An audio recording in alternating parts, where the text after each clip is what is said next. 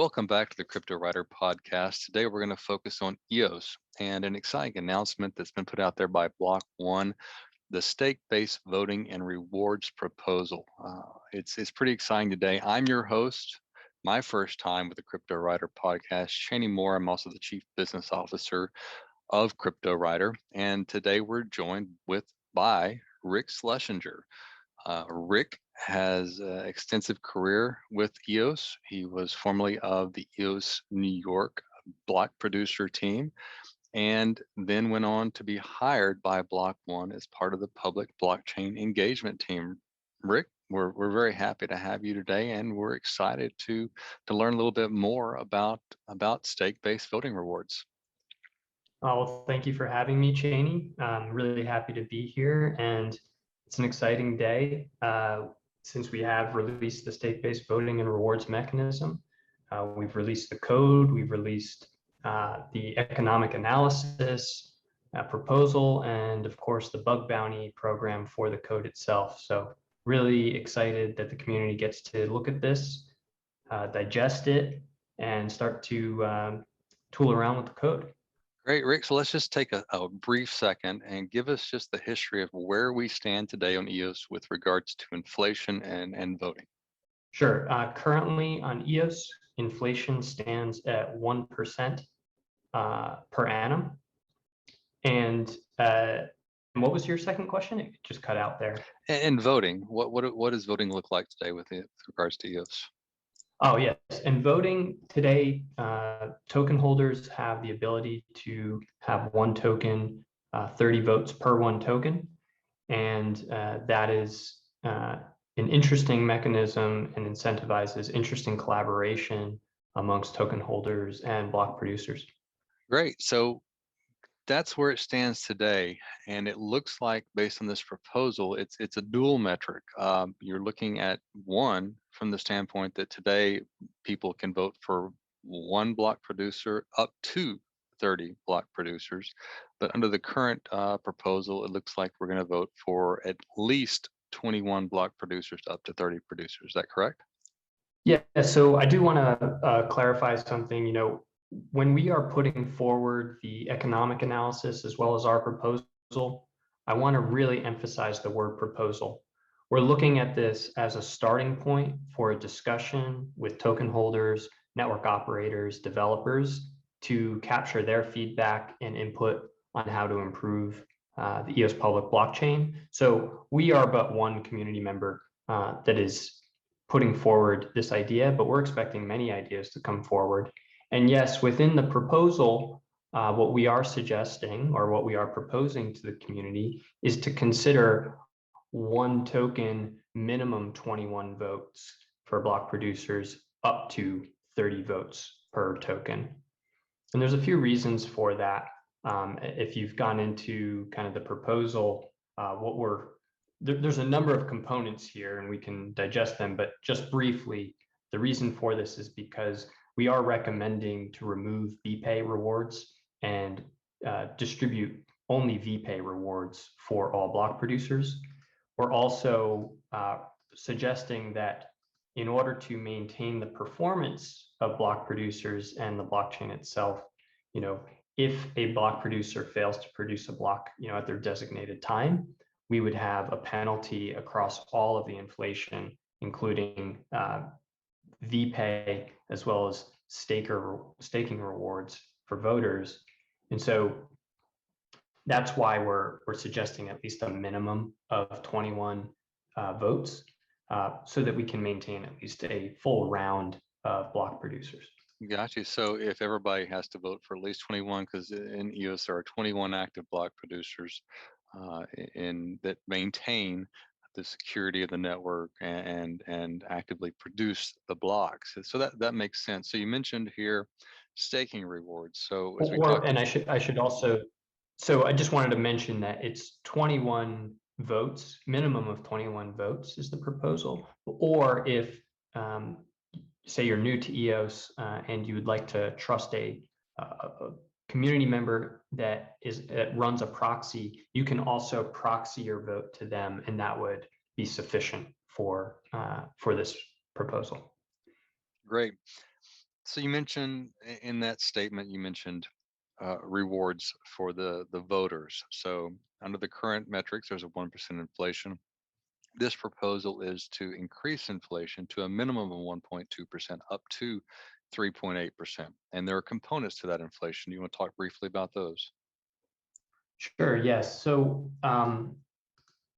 when we engaged Prism to look at kind of the universe of proof of stake chains and what they were doing on their networks, we realized that we don't want the maximum amount of inflation. We want just the right amount of inflation that was incentivizing network operators, token holders, developers, and people to come and build on the network. So ease of use as well. And so you'll see in the economic analysis, there's a mean and a median that they looked at across a number of blockchains, including Ethereum's, Ethereum 2.0 and their staking chain, Algorand, others, right? And so what Prism recommended is between 1.2 and 3% annually, but we're looking for the community to weigh in on this to see what their sort of appetite is for this sort of inflation. The key though is that we are well within the range of other top 50 proof of stake blockchains in terms of the inflation headline figure. And I'll add a caveat to that. It looks like they recommend that the minimum of 1.2% goes to block producers in an effort to make sure that they have the necessary funding to do what they do and do it well. Then any additional inflation over that 1.2% be shared. 32% to the BPs, 68% to the stakers is a metric that was thrown out in that proposal. Yes. So under a 3.8%, let's just use that because that was the metric used a lot of the proposal. Under a 3.8% inflation, that's roughly, let's say, 22.5% voter rewards. Mhm. And today, there's about 400 million EOS voting. So if you use that same metric, that's essentially a 6.25% APR just for voting on the EOS network. So that's a pretty substantial increase just for ensuring the security of the EOS network. It kind of brings an alignment, if you will, between following with the token holders, getting rewarded for helping BPs secure the network. Whereas previously that had to be done in some ways by BPs potentially rewarding people to vote. Absolutely. And as you can see in the proposal, we are really emphasizing EOS is so good at aligning the interests of all of its network operators, developers, token holders. And we think that if you are helping to secure the network and locking up those tokens, you should be rewarded in kind. And using the napkin math that you presented, a 6.5% APY, I mean, that's a competitive rate for a native staking mechanism. I'm not talking about, say, with a centralized finance mechanism like BlockFi or Nexo or something like that, where they're actually putting tokens at risk in order to earn yield. This mechanism would be purely native to the blockchain and arguably more secure. So one of the things you mentioned earlier is that it incentivizes people to vote for 21 good block producers, because if a block producer misses a block, or if a block producer doesn't quite do their duties and are slow or has issues, then you will see a ping, or they will get dinged. The inflation will actually reduce. So not only will that block producer be disincentivized to screw up, but the entire network will be reduced inflation. So my rewards will go down if block producer number 7 doesn't do their job. And then when I see that and know why I'm not getting as much money as I thought I was, I will likely respond accordingly and adjust my vote until such time as they are doing the job that I'm paying them to do. That's correct. And under this proposal, if it were to pass and move forward, that is what we're suggesting, so that again, increasing the alignment between the token holders and the network operators. If a block producer fails to perform their duty, everyone shares in the hurt and also is incentivized to adjust their votes to make sure that a capable block producer is moved into position to produce blocks in a timely manner. Again, this is all geared towards increasing the alignment to increase performance of the network itself. So one of the things we haven't talked about yet is the timing of the staking. And in reading through this proposal, it looks like it's recommending a 7-day claim period with a 67% unstake time, so that I can unstake up to 67% of my EOS voting per week. So essentially, I mean, it takes you about 4 weeks to get to 99.6% if I'm trying to fully unstake my EOS. Technically, I guess I can never fully get to zero, but it gets to be a point where I don't care anymore, essentially. You want to tell us a little bit more about that? Sure. So this is a proposal that Prism helped us to come up with, and there's a few things that are going into this. One, we want to make the network attractive to new developers, new token holders, new users, and so we want something that is simple and that uh, people can understand. People can understand, a 7-day staking period and a 7-day, say, claim period. Um, in terms of the withdrawal, it is asymptotic. So as you're mentioning, it always approaches 100% but never reaches there. But that's referring to the principal deposited tokens. With inflation turned on, you're always going to receive more than what you actually staked, right? Including the APY. But again, So I do want to mention that this is a proposal, and as you saw with the power up model, originally it was proposed to be power up for 30 days, but after good interaction with developers in the EOS community, that was reduced from 30 days to 1 day. So we do expect there to be some movement here, and we're looking forward to seeing that over the coming weeks and months as people dive into the code. So just to be clear, let's say I have 100 EOS. I stake it for 1 year, the average inflation over that time based on the number of people voting. I get 5 EOS over that 1 year period. So I have 105 EOS now in there, and I decide I want to go ahead and get all my EOS back. Then I have a 7-day claim period where I hit claim, and it takes 7 days for me to get 67% of that 105 EOS. Is that correct? Correct. Yeah. Okay. And then I can Again, do that under this. again the following week with the remaining balance of 35. Correct. But I do, yes, under that proposal, that would be the case. But I do want to mention that, a lot of this is configurable. So if the community wanted to decide, for example, that the claim period is, 1 day, they could do that. So when we dive into the code and when folks have a chance to digest this, we'll see if they have any other creative ways that we could address this if they'd like. So you talking about creative ways. Is there going to be a bounty or some sort of program that rewards people for providing feedback?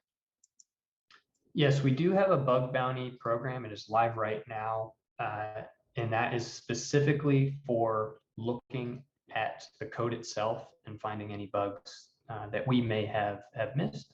As we know, code is never complete, so it's best to open source this and allow for others to take a look. Okay. You mentioned that this is shifting and has the ability to be variable. It's just a proposal.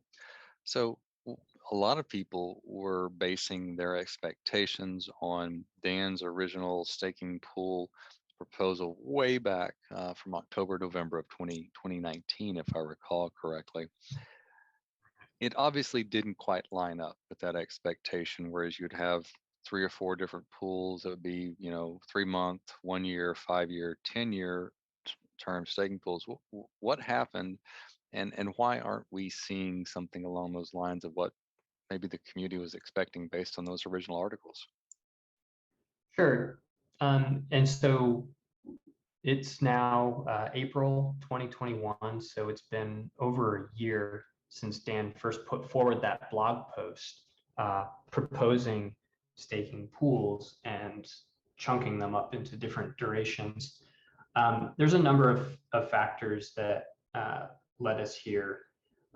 One, our research determines that if we're trying to make something easy for people to come into the ecosystem, having one pool, I mean, if you look across other blockchain networks, proof of stake networks, it's mostly one pool that people are staking to. So we wanted something familiar. But the other thing to note is that these pools are actually perpetuities. And so we weren't certain, according to some of the internal modeling that we did, that the desired effect would come about. And so we thought that for the initial proposal, simplifying it, going with one pool, going with a 7-day period, for example, 7-day a 7-day withdrawal cadence, would be easy for people to digest, and also make it easy for new users to come into the ecosystem and understand it relatively quickly. That makes sense. On a separate question, today you mentioned previously we've shifted models to the power up model. It's clear that this study was done prior to the execution of the power up model. Will I still be able to, under this proposal, receive power up rewards in addition to voter rewards, or is it a one or the other? No, it's in addition. Okay, so I can still stake to Rex, earn those, and vote, and receive both in voter reward inflation and power up fees. Interesting. Correct. Now, depending on the final implementation that the community decides, there will be transition periods, there will be things that we need to work through, but that is the intention, is to align people that are using the network with people that are helping to protect the network. Very good. So, question, I've read through the study, and a lot of the metrics that were used in there, especially with regards to the calculations of current voters and how active people are in voting, and what happened over the course of a month, whether they staked, unstaked, etc. Will they vote without rewards? Will they vote with this much rewards? It always ignored and specifically omitted accounts controlled by Block 1. Will Block 1 continue to vote for block producers, and will they participate in the voter rewards? So good analysis. If you remember, Block 1 didn't really start voting until May, I think May or late May or early June of 2020. And so when this analysis was looking historically, there wasn't too much data to really rely on. Now, Block 1 certainly will continue to vote for block producers and continue to be a participant in the EOS community. In terms of our participation in voting pools, we would like to see what the community ends up going with, and we will make the decision once we have a more concrete proposal and solution in front of us. But of course, we plan to continue to support the EOS ecosystem and vote and things like that. If the community said, great, this proposal is 100% exactly what we wanted, would Block 1 have those inflation rewards earmarked for anything in particular? I would love to answer that, but I can't state that at this time. Sure, understood. So just a caveat here, just something I caught my attention. It probably isn't worth talking about. It says that block one also will recommend that it will reorder producers to schedule blocks in location versus alphabetical. What's the intent there? Oh, yes. So, and this has been discussed in the community for quite some time of a geographic based ordering system for block producers. And so we're reminding the community that we still think this is a good idea.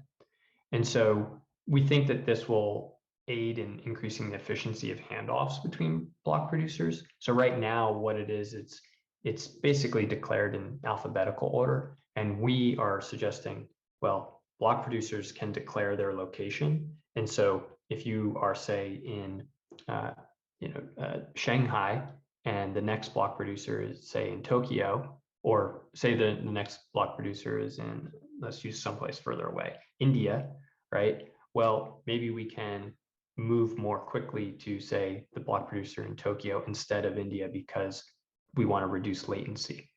So we're basically suggesting that a geographical ordering of block producers is a good path to follow. Great.